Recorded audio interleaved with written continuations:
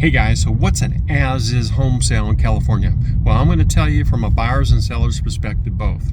From a seller's perspective, they're advertising as-is because they're saying, look, hey, there might be some repairs, but we're not doing any. So they're telling the buyer that, hey, look, there might be some things wrong with the house you may find during your home inspection, but we're not going to do any repairs, and we're just telling you up front.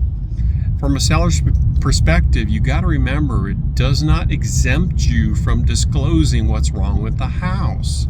It's very important that you understand that. You can't say, "Oh my God, I got a roof leak. I'm gonna do it as is." Well, you still have to disclose that. Sorry, Mr. Seller. From a buyer's perspective, hey, a red flag should go up immediately. I always tell my buyers to get a home inspection regardless of what the home is, what condition it's in.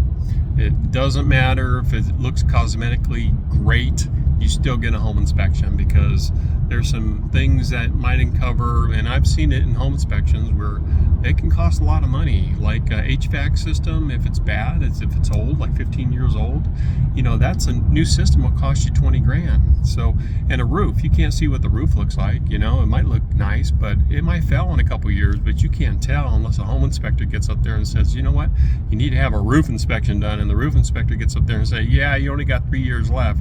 So that's why you have home inspections regardless if it's an as-is sale. Hey, that's it, guys. It's pretty simple.